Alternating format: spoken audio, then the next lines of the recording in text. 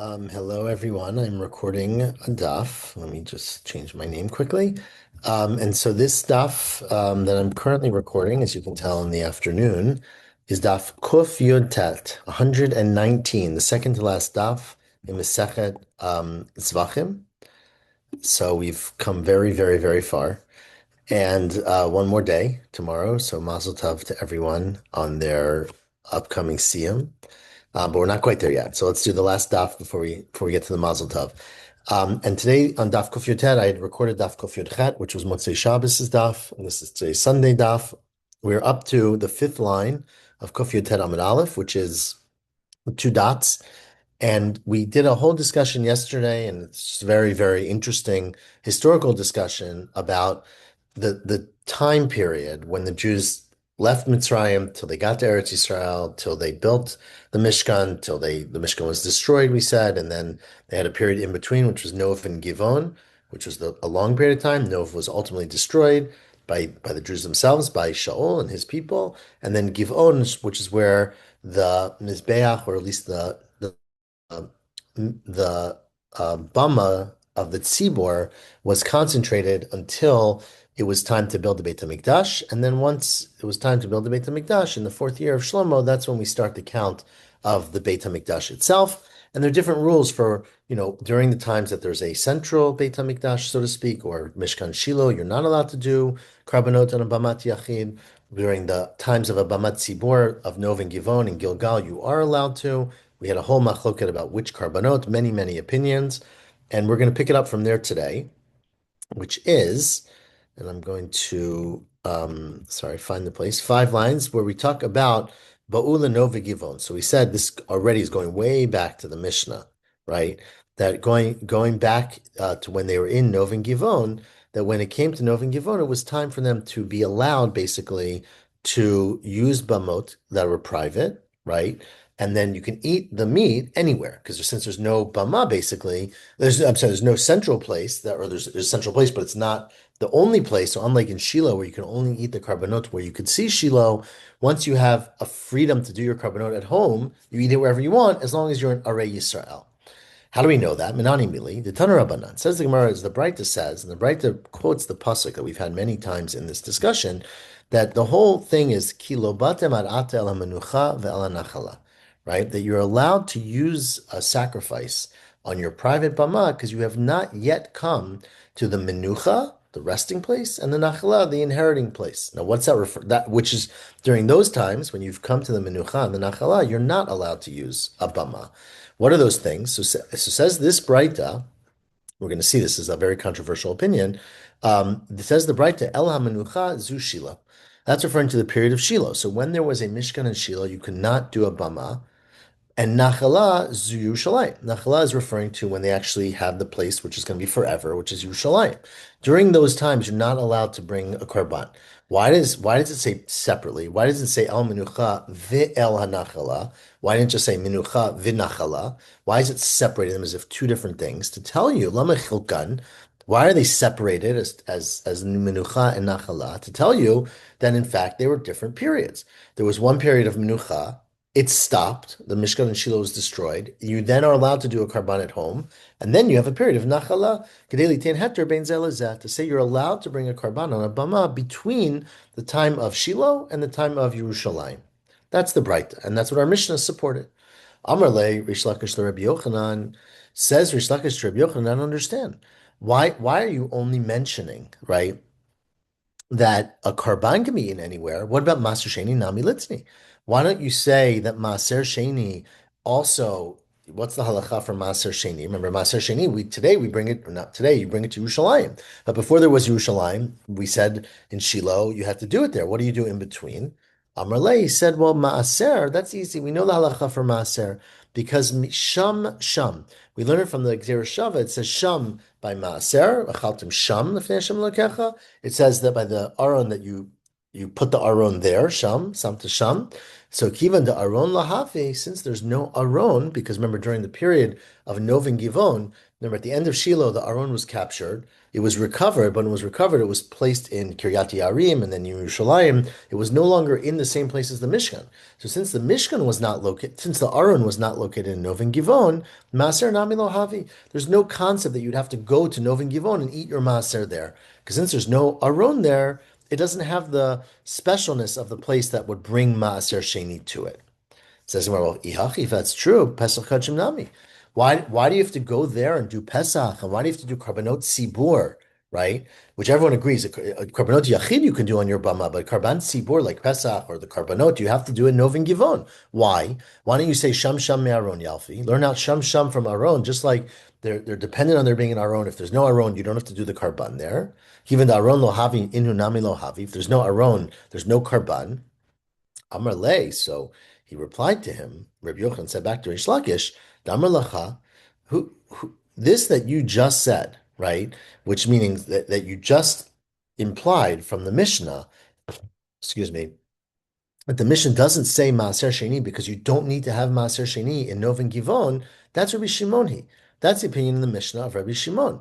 The Amar, who also says, Av Tzibor lo kriv el Pesach v'chavot hakvu lehem zman. The same thing is true that this is Rabbi Shimon's opinion in the Mishnah, that even a tzibor in a bamat tzibor, like Novin Givon, did not bring private karbanot or chovot, the private karbanot that didn't have a time. So they only brought lo hakrivu ela Pesach v'chovot hakavu lehem zman. They only brought carbon Pesach and a chova. Remember, we said earlier that was kavu lehem zman, meaning a chova that you have to do, let's say Rosh Chodesh or Shabbos or something that you have to do. Aval chovot she'ein kavu lehem zman. If you have a carbon that's a chova, that's not a nedava, right? Remember, we learned everything earlier from what's it called? Isha Yashar Be'inav, right? You do whatever you want to do. But carbonot that are chova, we said you couldn't bring on a bama. But according to Rabbi Shimon, even a karban chova, if it's not kavul lehem zman, meaning you have to do it, but it's not a fixed time. For example, I'll just pick a chatas, for example, because you don't have a zman for bringing a karban chatat, but it's chova. But in that case, according to Rabbi Shimon, hacha hacha lo kariv. They didn't bring it on a bamat yachid, and they also didn't bring it on novin givon, right? So therefore, now says Rabbi Yochanan, Maser behima, when you come to Maser behima, what's the requirement of Maser behima? If a person has an animal and it's a 10th animal, it's a chiyuv to bring it to the Beit HaMikdash. So that's a chova, but it's not kavur lehem zman. You don't have to do it on Monday. It's whenever the animal comes. And so that would be putter, or not putter, but unable to bring it in the Novin Givon. So Maser behima, which is a chovot she'ein kavur lehem zmanu, Maaser of an animal is a chovah that doesn't have a fixed time, and therefore we're learning now from Rabbi Shimon that you cannot bring it in Novin Givon. And Itgish, Maaser Dagan, the Maaser Behima. Now, once we know that Maaser Behima is not brought, we say, okay, Maaser Dagan is the same thing. We compare Maaser Dagan to Maaser Behima. And so just like you don't bring the animal, you don't bring Maaser Sheni, right? Maaser Dagan means Maaser of grain, which is Maaser Rishon goes to the Levi. Maaser Sheni is brought to the place where there's a Beit HaMikdash or a Mishkan. But since you don't bring the animal, you don't have to bring the grain. So that's why the Mishnah didn't mention Maaser Sheni. Says the Gemara, well, then that implies that it's only because of Rabbi Shimon. Michlad the Rabbi Yehuda karev. So you're implying that according to Rabbi Yehuda, you'd have to bring your Maaser Sheni to Novin Givon and eat it there. Because according to Rabbi Yehuda, you would bring a Maaser Behima there. So if you bring Maaser Behima, you should bring Maaser Dagan. Answers Gemara in. Yes, that's what Rabbi Yehuda would say. The Amar Rebbe Adda Bar Matna, Rav Adda Bar Matna clarified this, and he said the following: Maaser Sheni u'Maaser Behima, the Maaser Sheni of grain and Maaser Behema of animals, Nechalin Nova Givon L'Divrei Rabbi Yehuda. According to Rabbi Yehuda, you would actually have to eat these in within sight of Nova and Givon, just like you would have to do with Shiloh, and just like you have to do within the walls of Yerushalayim. Ask the Gemara 1 second. But really, is that really the case? Habai bira. You need to have a bira. Now, what does that mean? You need to have bira, right? So bira means a capital, we call it, or a building, or a big place. You have to have a bira. And Rashi quotes that it says, "Dichtiv lifnei Hashem Elokechem." You have to be in front of Hashem when you eat Maser Dagan, right? So you have to be in a central place. How do you have that in Novin Givon? We are assuming now that they didn't have there's the same level of kedusha. Answers the Gemara, no, of course they had that level of kedusha. V'laf Tani Rav Yosef. Didn't Rav Yosef say Shalosh Birotem? And we quoted this earlier. There are three places that are the capital, that are the place of Hashem. And the three places are Shiloh, Nov and Givon, which remember we always count those two places as one place. They're the same status, and Beit Olamim and the Beit Hamikdash. So in fact, that was the status of Nov and Givon was that they did have the kedusha of Hashem of the Hashem Elokechem, and Hutani Lavu Amrla. In fact, when we learned this from Rav Yosef, he said that what does that refer to when we say that Nov and Givon and Shiloh and Beit Elamim were a bira? Lachilat Maser Sheni v'alibad Rabbi Yehuda. That in fact in those places, including Nov and Givon, you have to eat your Maser Sheni within either vision of the city or within the walls in Yerushalayim, according to Rabbi Yehuda. So that is in fact, how we conclude. And so our Mishnah was just going specifically in the opinion of Rabbi Shimon, and that's why you don't have to have Maser Sheni in within the walls or within the vision of Nov and Givon. Okay, continues the Gemara now. So I got to find my place here. We are now up to the two dots that are around 10 lines from the bottom, which the Mishnah continued and said, Bo the Yerushalayim, right? Finally, they came to Yerushalayim. And once they came to Yerushalayim, now that's the only place you can do malacha, avoda. The bamot are prohibited completely, right?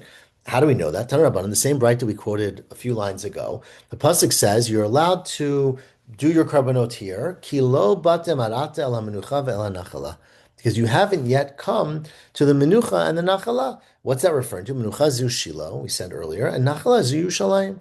So once you come to the nachala, to Yerushalayim, you no longer can bring a karban on your private bama at home. The Omer, and similarly, there's another pasuk which says, talking about Yerushalayim. How do you know it's a nachala? Haita li nachalati ka'aryeh bayar. This is a pasuk in Yirmiyahu. I'm throwing away my nachala, which was unfortunately destroyed. Yirmiyahu is bemoaning this like a lion in the yar. So you see that the nachala is referring to Yerushalayim. Another pasuk in Yirmiyahu, very famous pasuk, or somewhat famous pasuk, ha'ayit savua nachlatili, ha'ayit saviv aleh, right? The ayit refers to a bird of prey, like a very destructive bird, is basically is taking control of my nachala, right? But you see that we're referring to Yerushalayim with the word nachala, divrei Rabbi Yehuda. So that's how you know the pasuk. It says El HaMenucha ve'el HaNachala. Menucha we said was Shiloh, and nachala is Yerushalayim. Now, Rabbi Shimon says, I disagree with you. That's not what the pasuk means at all. Menucha means Yerushalayim, and Nachala is Shiloh. Now, there's no argument about what it means, right? So basically, he has the same interpretation in the pasuk. It's just that he has a different meaning of each word. So when it says Kilo bate marata el hamenucha vel nachala, you can bring it on a bama because you haven't yet got to your menucha. Nachala means you haven't yet got to Yerushalayim or Shiloh. Now, of course, that's out of order. The Gemara will ask that, but that's what it's referring to. And what are the psukim that support Yerushalayim being called Minucha? Omer, because it says in the pasuk in Tehillim, Zot Minucha Tiadeyad. This place will be my Minucha, which refers to Yerushalayim. Po Eshev Ki Ivitia. Right, also a very famous pasuk, right? I will sit here. This is where I want to be. Omer, and so this is the pasuk right before it in Tehillim. Ki Bachar Hashem Betzion. Ivala Moshavlo. Hashem has chosen Tzion. It is a place where Hashem lives. So you see that Yerushalayim is called the place that Hashem lives in is Menucha, not Nachala. Says the Gemara, well, one second. According to Rabbi Yehuda, that Menucha refers to Shiloh and Nachala refers to Yerushalayim, then I understand the order, right? Because first you're referring to Shiloh, and then also Yerushalayim. That's the order. According to Rabbi Shimon, who says the opposite, the Menucha refers to the Beit HaMikdash in Yerushalayim, and Nachala refers to the Mishkan in Shiloh, then the pasuk should have said, you haven't yet come El HaNachala v'El HaMenucha. You're going in chronological order. You haven't yet come to the Nachala, which is Shiloh, and Menucha, which is Yerushalayim. Mibayle. So, according to Rabbi Shimon, the pasuk doesn't really make a lot of sense. Answers the Gemara, no. Well, the way Rabbi Shimon would read the pasuk is we're saying hachi kama. This is what the pasuk is saying. That not only when Hashem says you can bring a karban because you didn't come, lomi by menucha lo matita, you didn't come to the menucha, which is going to be resting place of the Shechina, because according to Rabbi Shimon, menucha refers to Yerushalayim. Ela afilu l'nachala nami lo matitim. You haven't even come to the Nachala, and therefore there's really no fixed place. So the pasuk is basically saying you can do things where you want to because you haven't yet come to the fixed place. You haven't even come to the temporary place. So it is out of order, but it makes sense in context. Now, that is the opinion of Rabbi Yehuda and Rabbi Shimon. Says the Gemara now, we are 3 lines from the bottom of Daf Kuf Yud Tet Amud Aleph. Tana de Rabbi Shmuel. Now, in the house of Rabbi Shmuel, in the school of Rabbi Shmuel, they taught Zu v'zu Shiloh. In fact, both psukim, Menucha and Nachala, are referring to Shiloh. Now, if you recall, we said earlier today, right, and we said it before as well, that the proof that you're allowed to do a carbon on a Bamat Yachid, on a private Bama in between Shiloh and Yerushalayim, is that the fact that Torah said them separately. So El HaMenucha ve'ala Nachala. And we're going to see in a second that if you say both are referring to one place, and it's just synonyms for one place, you don't have that heter anymore. But we'll discuss that in a minute. First of Rabbi Yishmael said Zu v'zu Shiloh. So both psukim, both words, Menucha and Nachala, referring to Hashem's presence in Shiloh. And Rabbi Shimon ben Yochai Omer, Rabbi Shimon Yochai, who was a contemporary, said Zu v'zu Yerushalayim. In fact, they're both referring to Yerushalayim. So let's now understand them. Bishlama says we're at the bottom line. L'man da'amar Menucha Zu Shiloh Nachla Zu Yerushalayim. According to the most popular opinion, which is Rabbi Yehuda, that Menucha refers to Shiloh, turns to Kof Yutet Amabet. Nachla refers to Yerushalayim, which is what we've said, sort of consistently. So then I understand. Or Inami Ipcha, sorry. Or if you have Rabbi Shimon, you say the opposite, that it's Nachala is Shiloh and Yerushalayim is Menucha. Haynu dichtiv el ha-menucha ve'el ha-nachala. That's why you say two different places. You haven't yet come to this place or that place. Elaman damar zu v'zu Shiloh, zu v'zu Yerushalayim. If you say they both mean the same thing, either both Shiloh or both Yerushalayim, why do you have two different verbs, or maybe not verbs, two different nouns to describe it? Menucha nachala mi, right? So it's actually a different question. Before I get to that question, is why do you say one and the other? El ha-menucha v'el ha-nachala, if they're really the same thing. Says more kasha, we don't really have a great answer. Maybe that's just the way it reads better, literary, but we don't have a good answer. So that's the first question on Tana Rabbi Shmuel and Rabbi Shimon Bar Yochai. The second question now, 4 lines from the top, is keep losing my place. Bishlam alaman damar zu v'zu Shiloh. Now I understand, according to Rabbi Shimon ben Yochai, that zu v'zu Shiloh, I understand why we would call Shiloh menucha v'nachala. Right? Shiloh is called menucha, the resting place, because Shiloh really, remember, they went to Eretz Yisrael, into Eretz Canaan. They fought and they fought, and while they were fighting and dividing the land, the Aron was in Gilgal, and then they went to Shiloh. So Shiloh is where it rested. Menucha denachu mikivush. They rested from conquering the land. Nachala, I get, because that's when they split up the inheritance, when they moved to Shiloh, right? The Palag Hatam Nachalot, that's where they split up the land. So it makes sense. It's the place where you divide the land. It's a place where you rested. Dichtiv, and as we say in the pasuk, we quoted this before. Vayichalek lehem Yoshua. Yoshua split up the land. Vayipal lehem goral b'Shiloh al pi Hashem. And the goral came to Shiloh when they went to the Mishkan there. So I understand why Shiloh would be called Menucha v'Nachala. Elaman damar zu v'zu Yerushalayim. If you say that Yerushalayim is referred to by the psukim of Menucha and Nachala, so Bishma Nachala, it's easy. Of course, Yerushalayim is the resting place. Nachalat Olamim. It's the place where, Hashem's presence and future and the history of the Jewish people is everything in Yerushalayim. So I get Nachala. Ela Menucha, my Menucha, what's resting in Yerushalayim? Right? Answers the Gemara, Menuchat Aron. Now, what's resting is Menuchat Aron. The Aron rests when you come to Yerushalayim. So remember, this was basically the final. Unfortunately, it was destroyed, but the final resting place of the Aron, Dichtiv, as the pasuk says, Vayihi kenoach ha'aron. It was when they went to Yerushalayim, the Aron rested. And of course, you'll notice if you're in the Gemara around the 8th and 9th line, there is no dot next to the pasuk Vayihi kenoach ha'aron telling you where it is located, because it is not a pasuk that we have. So it's a made-up pasuk like we had earlier. And there's other psukim, right? Rashi says that's a pasuk in Divrei Yamim that says Kuma Hashem Elohim linochacha, right? Atav Aron Uzecha. So it's just a different pasuk. Tosas has another pasuk where it says by Yoshua that they rested the Aron. Of course, Tosas likes the pasuk that we all quote all the time in Bahalotcha, Vahi ben so Aron, and then we say Uvenuchol Yomar when the Aron rested. So either way, the word Noach, the word Menucha, is associated with the Aron, and the Beit Hamikdash was the ultimate place of the Aron. Okay, next question. Bishma Lamanda Amar. Now I understand, says the Gemara, we are now 10 lines from the top. Bishul Amandamar Zuvizo Yerushalayim, right? If you say that both psukim are referring to Yerushalayim, what the Torah is basically saying is, don't worship on, you can worship on your bama because we have not yet come to Yerushalayim, implying that until you get to Yerushalayim, you're allowed to worship on a bama, implying that Shiloh Havisharyim Bamot. That during the time that the Mishkan was in Shiloh, people could do a korban at home. And now, of course, historically in Shoftim, we have a very famous person who did a korban at home, and that was Manoach, right? Remember Manoach, Dehanu Dichtiv, Vayikach Manoach et Gedi Ha'izim. Manoach took the lamb. I think a Gedi Ha'izim's a lamb, right, or whatever, a kid. Ve'et HaMincha Vayal al Tzor Hashem. He put it on the stone. He brought it to Hashem. Brought a korban. So why it was clearly not in Shiloh. He did it at home, but he was allowed to do it, even though there was a Mishkan in Shiloh during that time. So that makes sense. Elamanda Merzuv Shiloh. If you say that both are Shiloh, or if you say what we said in our Mishnah, that one is Shiloh and one is Yerushalayim, and Bamot Havi Asirin, and during the time of Shiloh, you're not allowed to do a bama. How can Manoach do a karban? Maiva yikach Manoach. How can Manoach do a karban at home? He's supposed to go to Shiloh. Enters the Gemara, what we said earlier when we talked about this. Hora'at sha'a haita. Obviously, we have to explain that it was a special time, and the Manoach was acting in very unusual circumstances, but that is not something we should rely on lahalacha. So we would not rely on that.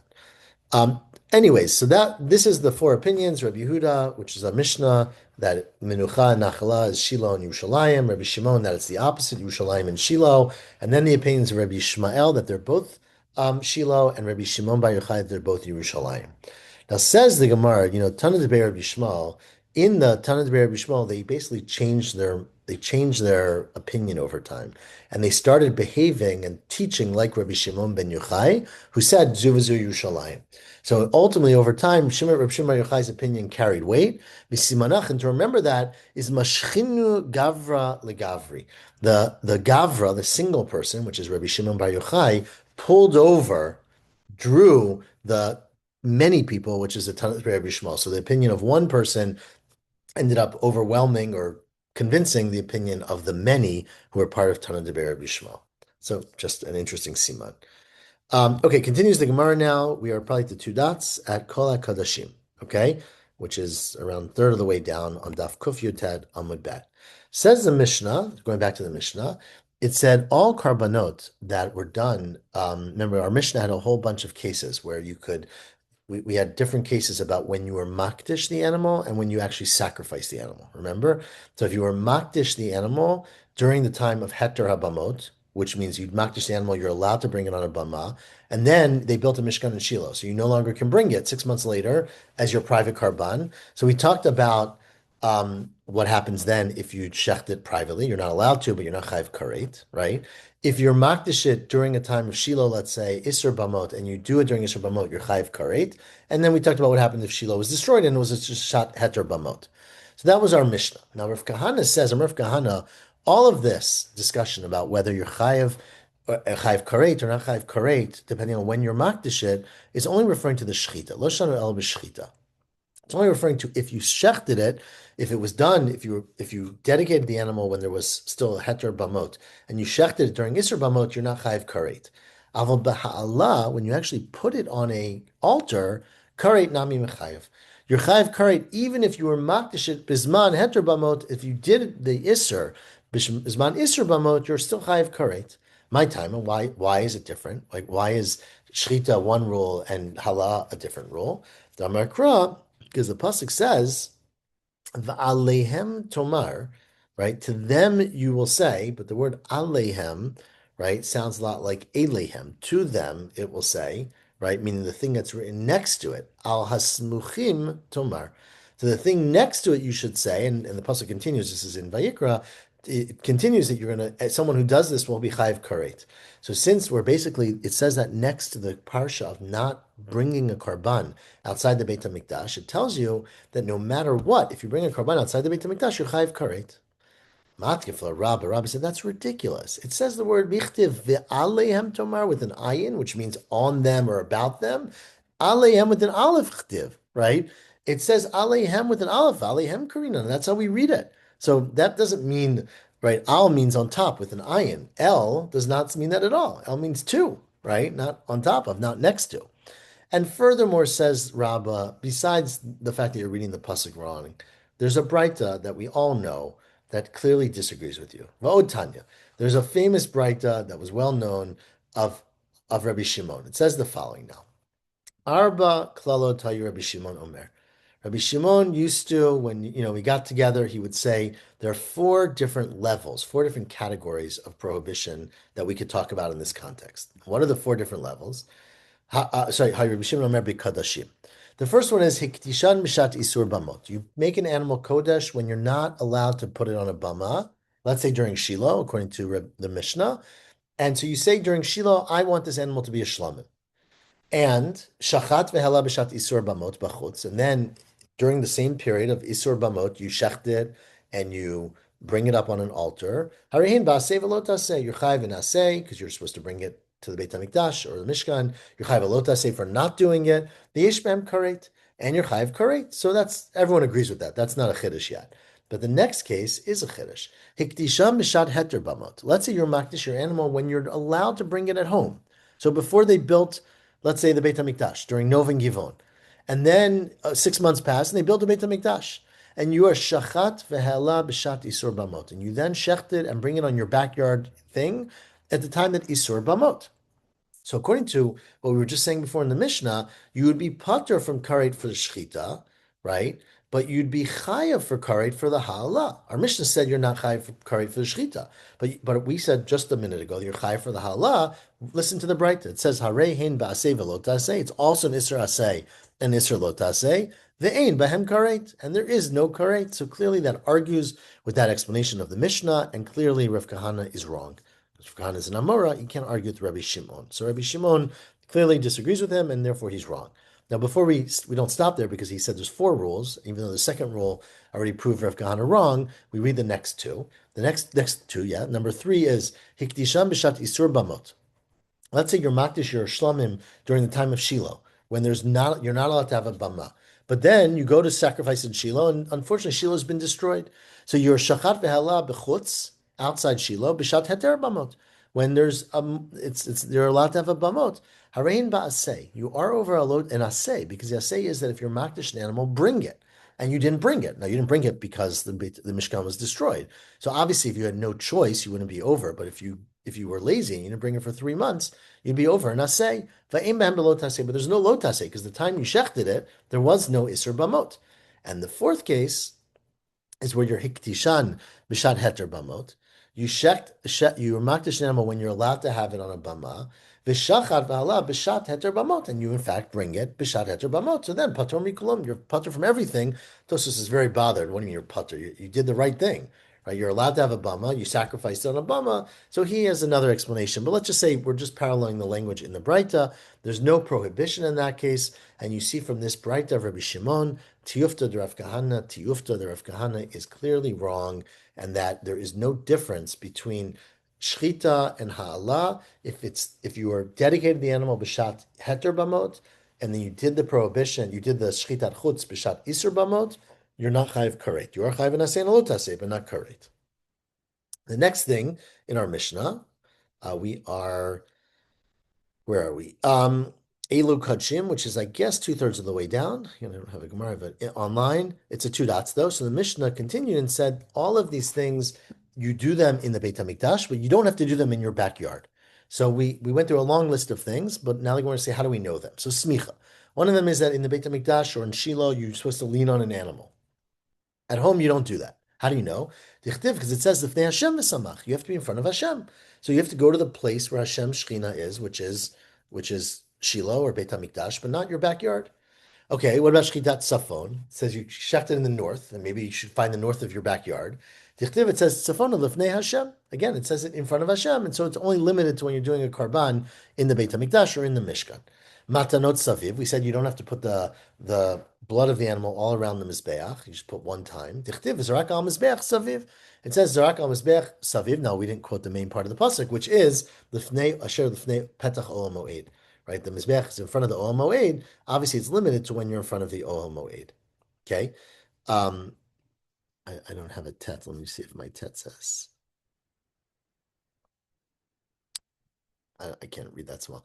Okay, Tnufa. Remember we talked about waving a karban. Of course, you did that for the mincha, right? We take a karban mincha, you would wave it. So we said you don't do that in a bama. Dichtiv einif hakohen lifnei Hashem hagasha, which is the presenting of mincha, where you bring it close and you touch the mizbeach. Again, we're going to get to this all in our next masechta coming up in 2 days. Dichtiv higisho el hamizbeach. Because again, it says El HaMizbeach, and in your own backyard, it's not called a Mizbeach, it's called a Bama. Now, Rabbi Yehuda says, well, you don't need a pasuk to tell me you don't do Tnufa and Hagasha on your Bama, because Ein Mincha B'Bama.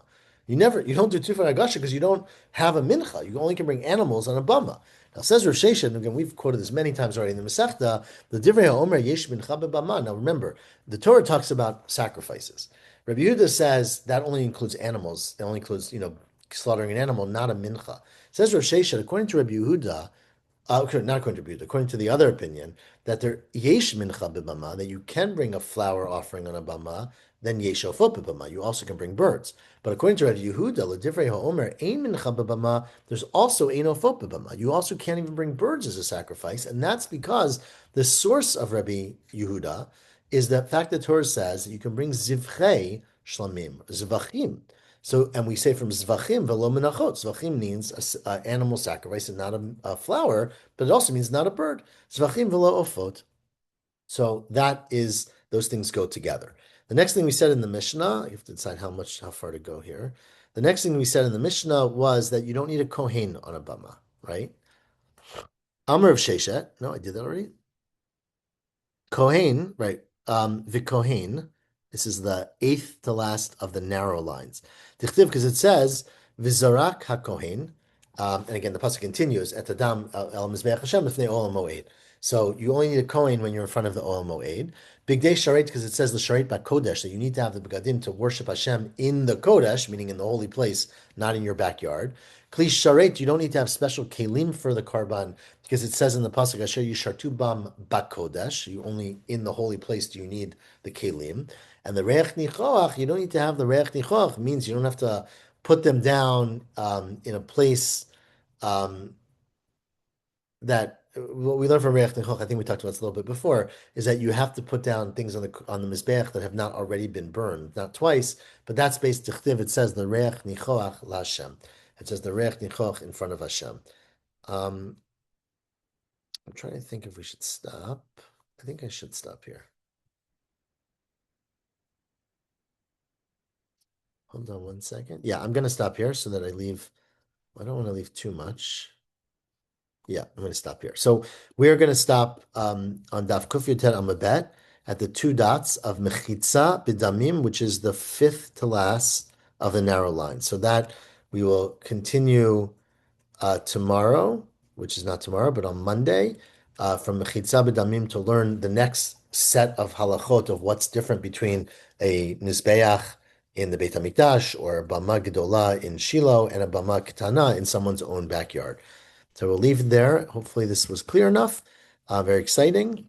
And hopefully the next time we meet in person, we will be learning Masechet Menachot. Thank you very much, everyone. Have a great week.